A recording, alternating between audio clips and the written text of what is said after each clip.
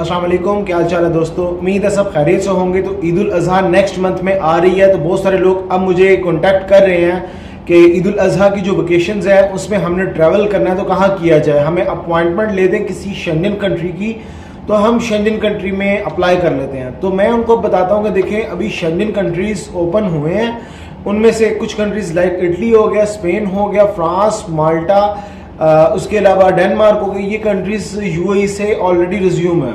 और अपॉइंटमेंट्स की या फिर ग्रीस हो गया, इनकी अपॉइंटमेंट्स की जहाँ तक बात करूँ, अपॉइंटमेंट्स बहुत डिले करके मिल रही है। ये उस वक्त सोचना चाहिए था जब ये ओपन हुए थे, कंट्री रिज्यूम हुए थे, उसी वक्त आपको अप्लाई करना चाहिए था, लेकिन आप लोगों ने उस वक्त अपॉइंटमेंट्स नहीं ली। अब चूंकि नेक्स्ट मंथ है तो नेक्स्ट मंथ के मिड तक या फिर लास्ट तक आपको अगर अपॉइंटमेंट मिलती है तो फिर 15 से 20 दिन प्रोसेसिंग टाइम चला जाता है किसी भी एक कंट्री का। तो प्रोसेसिंग में जब उसका चला जाएगा उसके बाद आपकी वेकेशंस गुजर जाएंगी। तो अब इतनी जल्दी आप शेंगन वीज़ा के लिए नहीं अप्लाई कर सकते हो क्योंकि अपॉइंटमेंट नहीं। जिन दोस्तों की अपॉइंटमेंट है वो अप्लाई करें तो उनके शायद चांस बन जाएं। अब मैं एक चीज़ बता दूं कि ऐसे कंट्रीज जो कि ईद उल अजहा के लिए बेस्ट रहेंगे, कौन से कंट्रीज को अप्लाई करना चाहिए। देखें दोस्तों, रशिया है, रशिया के लिए आप अप्लाई करो। रशिया आप कर सकते हो 30 डेज, तकरीबन उसके 25 टू 30 डेज लग जाते हैं वीज़ा के लिए। तो अगर आप अप्लाई करोगे तो ईद तक आपको वीज़ा आ जाएगा, देन आप ट्रैवल कर सकते हो। उसके बाद अगर मैं बात करूं दोस्तों बेलारूस या यूक्रेन की, तो बेलारूस हो गया, बेलारूस में भी आप अप्लाई कर सकते हो। बेलारूस का जो वीज़ा प्रोसेसिंग टाइम है तकरीबन 10 से 15 दिन रहता है। इसी तरह अगर मैं बात करता हूं यूक्रेन की, यूक्रेन भी दोस्तों तकरीबन 12-15 दिन यूक्रेन ले जाता है। अब यहाँ पे आपने जल्द से जल्द अप्लाई करना है। ये नहीं करो कि थोड़ा सा और डिले करके नेक्स्ट मंथ चले जाओ। नेक्स्ट मंथ में अगर अप्लाई करोगे आपकी जो वेकेशंस होंगी वो ज़ाया हो जाएगी। अब मैं वेकेशंस पे क्यों कह रहा हूँ, जोर दे रहा हूँ दोस्तों, इसलिए कि आपको पता है आप यूएई में रहते हो तो कोई भी इस तरह का इवेंट आता है, 4-5 छुट्टियां हर किसी को मिलती ही मिलती हैं। 5-6 छुट्टियां जब मिल जाती हैं तो आपके पास एक बड़ा सॉलिड एक रीज़न आ जाती है। कंपनी से भी आप कह सकते हो कि जी देखें आगे ईद उल अजहा आ रही है, ईद उल फितर है, कोई भी इवेंट आया, हमें छुट्टी वेकेशंस आ रही हैं, छुट्टियां मिल रही हैं कंपनी की तरफ से, तो हमने टूर के लिए किसी कंट्री में जाना है तो हमें एनओसी दिया जाए। क्योंकि यहाँ पे रहने वालों के 2-3 प्रॉब्लम्स होती है, एक एनओसी और एक बैंक स्टेटमेंट। यही 2-3 एक पासपोर्ट कंपनी ने रखा होता है और एनओसी नहीं मिल रही होती। जब इस तरह का कोई इवेंट आता है, कंपनी को भी पता जेन्युइन रीजन है, ये अब ट्रैवल के लिए जाना चाह रहा है, तो कंपनी आसानी से आपको दे सकती है, आप अगर बात करो कंपनी से। तो अभी भी आपके पास टाइम है। अगर रशिया जाना है, रशिया के लिए किसी किस्म का कोई एनओसी दरकार नहीं है। बेलारूस के लिए और यूक्रेन के लिए 3 मंथ की बैंक स्टेटमेंट चाहिए होगी, एक एनओसी चाहिए होगा कंपनी का। एनओसी का मुझे इतने लोग पूछते हैं एनओसी में क्या लिखवाएं, मैं आज आपको एनओसी बता देता हूँ। एनओसी होता क्या, उसमें लिखवाना क्या। एनओसी नो ऑब्जेक्शन सर्टिफिकेट, उसके अंदर आपने ये लिखवाना है कि ये देखें कंपनी लिखेगी इस बंदे ने हमारे साथ इतनी देर से कंटिन्यू किया हुआ, जब से ज्वाइनिंग डेट, उसके बाद आपका पासपोर्ट नंबर, आपकी नेशनैलिटी, आपकी सैलरी, ये चीज़ लिखी होगी। उसके बाद कंपनी लिखेगी हमें किसी किस्म का कोई ऑब्जेक्शन नहीं है, ये बंदा बेलारूस जा रहा है टूर के लिए या फिर यूक्रेन जा रहा है। उसके बाद उसकी एक्सपेक्टेड टूर लिख दिया जाएगा, उसकी डेट लिख दी जाएगी, जस्ट ये होगा। उसके बाद आपको छुट्टी मिल जाएगी, आप अप्लाई कर सकते हो।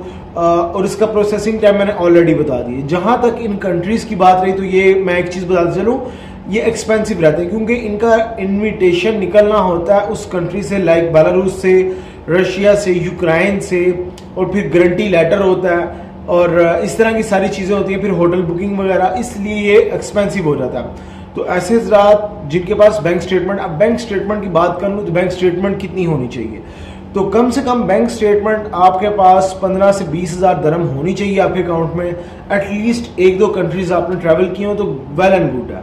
अगर नहीं किए हुए, डायरेक्ट भी आप अप्लाई कर सकते हो यूक्रेन के लिए, आपको डेफिनेटली वीज़ा मिलता है। मैं एक चीज़ बता दूं, जो मैं इनविटेशन अरेंज करता हूं उस इनविटेशन के ऊपर आपका 90%, 95%, 98% वीज़ा मिल जाता है। इवन कि आपका शावर ऑपरेटर ड्राइवर का वीजा हो, कोई भी प्राइवेट ड्राइवर का वीजा हो, एवरेज वीजा कोई भी हो, आप अप्लाई करो, आपका डेफिनेटली वीजा मिलेगा, आपको डेफिनेटली वीजा मिलेगा। अब ये कंट्रीज क्यों इंपॉर्टेंट है दोस्तों, इसके साथ लगते हैं शेंजन कंट्रीज। आप डायरेक्ट शेंजन में अप्लाई करोगे तो ऑब्वियस बात है शेंजन आपको रिफ्यूज कर देगा, शेंजन आपको वीजा नहीं देगा। तो डायरेक्टली शेंजन में मत अप्लाई करें, ऐसे हजरात जिनकी ट्रैवल हिस्ट्री है वही लोग अप्लाई करें। अच्छा, अब यहाँ पे एक चीज आती है, बहुत सारे लोग ये भी कहते हैं कि जी विदाउट ट्रैवल हिस्ट्री भी तो शेंजन वीजा देता है। जी वीजा मिलता है विदाउट ट्रैवल हिस्ट्री भी, लेकिन वो रेयर केसेस होते हैं, हर बंदे को नहीं मिलता। ये अपने माइंड में एक चीज बिठा लें, किस बिना पर आपको वीजा दिया जाता है। देखिए, एक तो आपकी बैंक स्टेटमेंट अच्छी हो, वीजा स्टेटस आपका अच्छा हो, और उसके बाद यहाँ पे एक और चीज मैटर करती है, आपकी ट्रैवल हिस्ट्री।